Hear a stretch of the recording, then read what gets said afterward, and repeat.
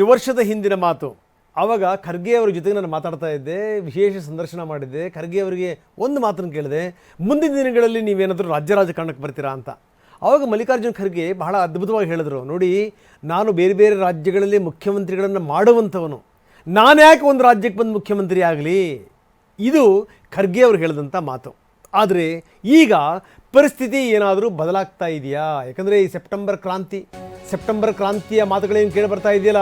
Hospitality ಕ್ಷೇತ್ರದಲ್ಲಿ ಜಾಗತಿಕ ವೃತ್ತಿಯ ಕನಸು ಇದೆಯಾ? ಜಾಗತಿಕ ಅಧ್ಯಯನ ಉದ್ಯೋಗ ಅವಕಾಶಗಳೊಂದಿಗೆ ಭಾರತದ ನಂಬರ್ 1 IIHM ನಲ್ಲಿ ಓದಿ ಪ್ರವೇಶ ಆರಂಭವಾಗಿದೆ. ಈಗಲೇ ಸೇರಿ. ಆ ಕ್ರಾಂತಿ ಏನಾದರೂ ಆದರೆ ಶಾಂತಿ ಮಾಡೋದು ಹೇಗೆ? ದಲಿತ ನಾಯಕರು ಒಳಗಿಂದೊಳಗೇನೆ ತಂತ್ರಗಾರಿಕೆಯನ್ನು ಹೆಣಿತಾ ಇದ್ದಾರಂತೆ. ಅಂದರೆ ಹೇಗಾದರೂ ಮಾಡಿ ಖರ್ಗೆ ಅವ್ರನ್ನ ರಾಜ್ಯ ರಾಜಕಾರಣಕ್ಕೆ ತರೋದು. ಇಲ್ಲಿ ಬಹಳಷ್ಟು ಸಂಗತಿಗಳಿವೆ. ಯಾಕೆ ತರ್ತಾರೆ? ಮಲ್ಲಿಕಾರ್ಜುನ್ ಖರ್ಗೆ ಬಂದರು ಅಂದರೆ ಸಿದ್ದರಾಮಯ್ಯನವ್ರ ಕಡೆಯವರು ಬಾಯಿ ಮುಚ್ಕೋತಾರೆ, DK ಶಿವಕುಮಾರ್ ಅವರ ಕಡೆಯವರು ಬಾಯಿ ಮುಚ್ಕೋತಾರೆ, ಯಾರೂ ಮಾತಾಡಲ್ಲ. ಅವರು ಕೂಡ ನಿರಂತರವಾಗಿ ಆರಂಭದಿಂದ ಇಲ್ಲಿ ತನಕ ಕಾಂಗ್ರೆಸ್ಸಲ್ಲಿ ಸೇವೆ ಸಲ್ಲಿಸಿರೋ ರೀತಿ, ಅವರ ನಿಷ್ಠೆ, ಅವರ ಕಮಿಟ್ಮೆಂಟ್, ಜೊತೆಗೆ ದಲಿತ ನಾಯಕ, ವೆರಿ ಇಂಪಾರ್ಟೆಂಟ್ಲಿ ಇಲ್ಲಿ ತನಕ ದಲಿತರ ಮುಖ್ಯಮಂತ್ರಿ ಆಗಿಲ್ಲ. ಖರ್ಗೆ ಅವ್ರನ್ನ ಕರ್ಕೊಂಬಂದು ನಿಲ್ಲಿಸಿದ್ರೆ ಯಾರೂ ಕೂಡ ಇದಕ್ಕೆ ಸಂಬಂಧಪಟ್ಟಂಗೆ ತುಟಿಕ್ ಪಿಟಿಕ್ ಅನ್ನಲ್ಲ, ಯಾರೂ ಕೂಡ ಬಾಯಿ ಬಿಡಲ್ಲ. ಎಲ್ಲರೂ ಕೂಡ ಸರ್ವಾನುಮತದಿಂದ ಒಪ್ಪಬೇಕಾಗತ್ತೆ. ಈ ಮುಖಾಂತರ ಏನು ಅಂತಂದರೆ, ಮಾತೆತ್ತಿದ್ರೆ ಅಹಿಂದ ಅನ್ನುವಂಥ ಮಾತನ್ನು ಕೇಳಿ ಬರುತ್ತಲ್ಲ, ಅದಕ್ಕೂ ಕೂಡ ಬಲ ಬಂದಂಗಾಗತ್ತೆ.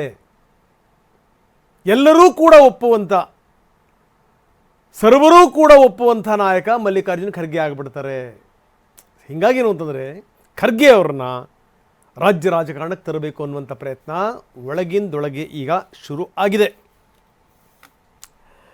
ಬನ್ನಿ, ನಮ್ಮ ಪ್ರತಿನಿಧಿ ಪ್ರಸನ್ನ ಈಗ ನಮ್ಮೊಂದಿಗೆ ನೇರ ಸಂಪರ್ಕದಲ್ಲಿದ್ದಾರೆ. ಪ್ರಸನ್ನ, ಆರಂಭದಲ್ಲಿ ನಾನು ಮಾತನ್ನು ಹೇಳಿದೆ, ನಾನು ಹಿಂದೆ ವಿಶೇಷ ಸಂದರ್ಶನ ಮಾಡುವಂಥ ಸಂದರ್ಭದಲ್ಲಿ ಕೇಳಿದ್ದೆ, ಖರ್ಗೆ ಅವರು ಹೇಳಿದಂಥ ಮಾತು ಭಾಳ ಸೊಗಸಾಗಿತ್ತು. ಅವ್ರು ಹೇಳಿದ್ರು, ಬೇರೆ ಬೇರೆ ರಾಜ್ಯಗಳಲ್ಲಿ ಮುಖ್ಯಮಂತ್ರಿ ಮಾಡುವಂಥ ಶಕ್ತಿ ಇದೆ ನನಗೆ, ನಾನು ಬಂದು ರಾಜ್ಯದ ಮುಖ್ಯಮಂತ್ರಿ ಆಗಲ್ಲ ಅನ್ನುವಂಥ ಪ್ರಶ್ನೆಯನ್ನು ಹೇಳಿದರು. ಅದು 1.5 ವರ್ಷದ ಹಿಂದಿನ ಮಾತು. ಸ್ಥಿತಿಗತಿಗಳು ಬದಲಾಗಿದೆ ಪ್ರಸನ್ನ. ಯಾಕಂದರೆ ಈಗ ನೋಡಿ, ಈಗ ಈ ಕಾದಾಟದಲ್ಲಿ ಎಲ್ಲೋ ಒಂದು ಕಡೆಗೆ ಮುಂದಿನ ದಿನಗಳಲ್ಲಿ ಜನಮನ್ನಣನೇ ಹೋಗಿಬಿಟ್ರೆ ಗತಿ ಏನು ಅಂತ ಕೂಡ ನಾಯಕರು ಯೋಚನೆ ಮಾಡ್ತಾ ಇದ್ದಾರೆ.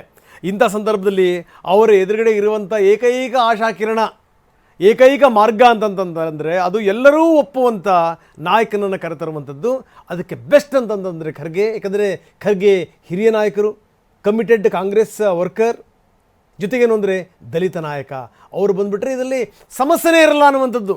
ಈ ರೀತಿಯ ಒಂದು ಪ್ಲಾನ್ ಕೂಡ ನಡೀತಾ ಇದೆ ಅನ್ನುವಂಥದ್ದು. ಏನು ನಡೀತಾ ಇದೆ ಕಾಂಗ್ರೆಸ್ಸಿನ ಅಂಗಳದಲ್ಲಿ ಪ್ರಸನ್ನ? ರಂಗನಾಥ್, ಕಾಂಗ್ರೆಸ್ ಸರ್ಕಾರದ ಹನಿಮೂನ್ ಪೀರಿಯಡ್ ಇದೀಗ ಮುಗಿದು ಹೋಯಿತು. ಈಗ ಕಾಂಗ್ರೆಸ್ನ ನಾಯಕರು ಯೋಚನೆ ಮಾಡಬೇಕಾಗಿರೋದು ಮುಂದಿನ ಚುನಾವಣೆಯನ್ನ ನಾವು ಮತ್ತೆ ಹೇಗೆ ಗೆಲ್ಲಬೇಕು ಅನ್ನುವಂಥದ್ದು. ಅದಕ್ಕೆ ಕಾಂಗ್ರೆಸ್ನ ಆಂತರಿಕ ಬೇಗುದಿಗಳು, ನಾಯಕತ್ವ ಬದಲಾವಣೆಯ ಕಿತ್ತಾಟ ಎಲ್ಲೋ ಒಂದು ಕಡೆ ಮುಳುವಾಗಬಹುದು ಅನ್ನುವಂಥ ರೀತಿಯಲ್ಲಿ ಕಾಂಗ್ರೆಸ್ನ ಬಹುತೇಕ ಹಿರಿಯ ಶಾಸಕರು ಯೋಚನೆಯನ್ನ ಮಾಡ್ತಾ ಇದ್ದಾರೆ. ಅದರಲ್ಲೂ ಪ್ರಮುಖವಾಗಿ ದಲಿತ ನಾಯಕರ ಯೋಚನೆ ಈ ದಿಕ್ಕಿನಲ್ಲಿ ಸಾಗಿದೆ. ಈಗ ಸಿದ್ದರಾಮಯ್ಯನವರು ಕೂಡ ಒಂದು ಶಕ್ತಿ, DK ಶಿವಕುಮಾರ್ ಕೂಡ ಸಂಘಟನಾತ್ಮಕವಾಗಿ ಒಂದು ಬಹುದೊಡ್ಡ ಶಕ್ತಿ. ಅವರಿಬ್ಬರ ಕಿತ್ತಾಟದಿಂದಾಗಿ ಎಲ್ಲೋ ಒಂದು ಕಡೆ ಕಾಂಗ್ರೆಸ್ಗೆ ಮುಂದಿನ ದಿನಗಳಲ್ಲಿ ಡ್ಯಾಮೇಜ್ ಆದ್ರೆ ಅದನ್ನ ತಡೆಯೋದಕ್ಕೆ ಒಂದು ಪರ್ಯಾಯ ಮಾರ್ಗವನ್ನು ಕೂಡ ಹುಡುಕೋದಕ್ಕೆ ಕಾಂಗ್ರೆಸ್ನ ನಾಯಕರು ತಯಾರಿಯನ್ನು ನಡೆಸ್ತಾ ಇದ್ದಾರೆ. ಒಂದು ಹಂತದಲ್ಲಿ ನವೆಂಬರ್ ಮತ್ತು ಡಿಸೆಂಬರ್ ವೇಳೆಗೆ ಬಹುದೊಡ್ಡ ಬದಲಾವಣೆಗಳ ನಿರೀಕ್ಷೆಯನ್ನ DK ಶಿವಕುಮಾರ್ ಅವರ ಪಾಳಿಯ ಕೂಡ ಇಟ್ಕೊಂಡಿದೆ. ಅದೇ ರೀತಿಯಲ್ಲಿ ಸಚಿವ ಸಂಪುಟ ಪುನರ್ರಚನೆ, ಬೇರೆ ಬೇರೆ ರೀತಿಯ ಗೊಂದಲಗಳು ಕೂಡ ಕ್ರಿಯೇಟ್ ಆಗಬಹುದು ಅನ್ನುವಂಥ ಸಾಧ್ಯತೆಗಳ ಬಗ್ಗೆ ಚರ್ಚೆ ಆಗ್ತಿದೆ.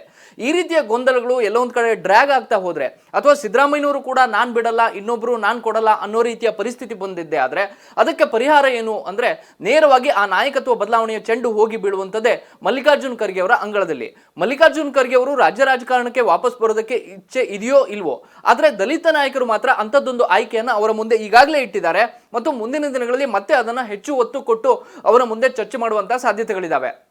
ಸಿದ್ದರಾಮಯ್ಯನವರಾಗಲಿ DK ಶಿವಕುಮಾರ್ ಅವರಾಗಲಿ ಇಬ್ಬರು ಕೂಡ ಪಕ್ಷದಲ್ಲಿ ಹಾಗೆ ಮೌನವಾಗಿ ಉಳಿಯೋದಕ್ಕೆ ಏಕೈಕ ಪರಿಹಾರ ಅಂದರೆ ಅದು ಮಲ್ಲಿಕಾರ್ಜುನ್ ಖರ್ಗೆ ಅವರು. ಮಲ್ಲಿಕಾರ್ಜುನ್ ಖರ್ಗೆ ಅವರಿಗೆ ಪಟ್ಟ ಕಟ್ಟೋ ಮೂಲಕ ಒಂದು ದಲಿತ CM ಆಗಬೇಕು ಅನ್ನುವಂಥ ಒಂದು ಆಶಯಗಳಿತ್ತು, ಅದು ಕೂಡ ಈಡೇರಿದಂತಾಗುತ್ತೆ. ಮತ್ತು ಮುಂದಿನ ದಿನಗಳಲ್ಲಿ ಯಾವ ಅಪಸ್ವರಗಳು ಕೂಡ ಇರೋದಿಲ್ಲ, ಬಣ ರಾಜಕೀಯಗಳು ಕೂಡ ಇರೋದಿಲ್ಲ. ಹೀಗಾಗಿ ಆ ಆಯ್ಕೆಯನ್ನು ದಲಿತ ನಾಯಕರು ಇನ್ನೂ ಕೂಡ ಓಪನ್ ಆಗಿ ಇಟ್ಕೊಂಡಿದ್ದಾರೆ.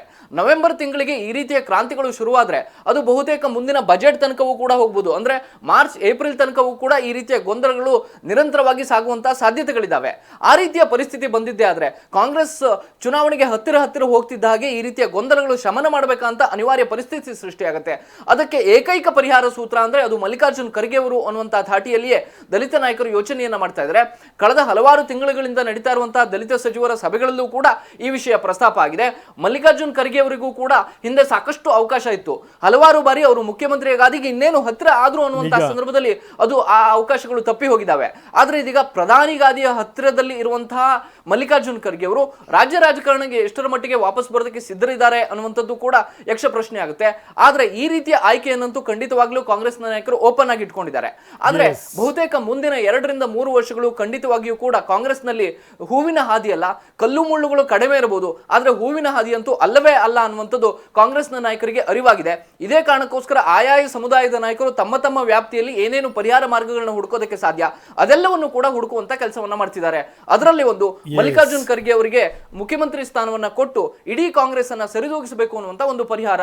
ರಂಗನಾಥ್, ಎಸ್, ಧನ್ಯವಾದ ತಮ್ಮೆಲ್ಲ ಮಾಹಿತಿಗೆ ಪ್ರಸನ್ನ.